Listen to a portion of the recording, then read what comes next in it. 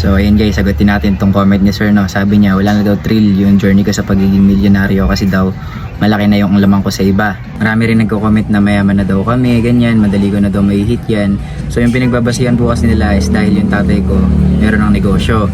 So sagutin po natin yan. Karamihan kasi sa mindset ng tao, kapag mayaman yung magulang, pag may pera yung magulang, matik niyan, mapera na rin yung anak or mayaman na rin yung anak. Bahin niyo po sa family ko. Sa family ko po, lahat ng gusto mong makuha, paghihirapan mo. Kasi ganyan naman talaga yung buhay. Pagtanda mo, hindi mo naman makukuha yung gusto mo kung hindi mo paghihirapan. Kaya hanggat bata po, tinetrain ako ng tatay ko na lahat ng gusto kong makuha, paghihirapan ko. Yung sa palagay niyo po, mayaman ako dahil ayun niya, may negosyo yung tatay ko, tumutulong ako sa tatay ko. FYI po, yung pagtulong ko sa tatay ko, wala pong sweldo yun. Yung pumapasok po na pera sa tatay ko, sa kanya po yun, hindi po sa akin, kaya hindi ako mayaman.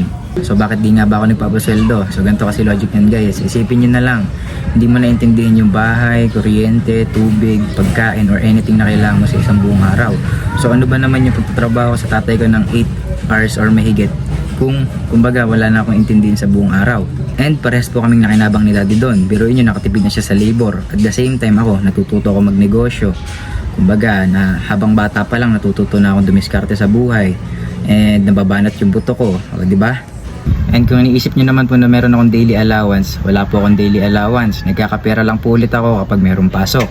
At yung baon ko po, 150 pesos lang. Yes, 150 pesos. 50 pesos po doon sa pamasahe na. And yung the rest na 100 is for my food and other expenses. So as second year college student, saktong-sakto lang rin po yung baon ko na yon.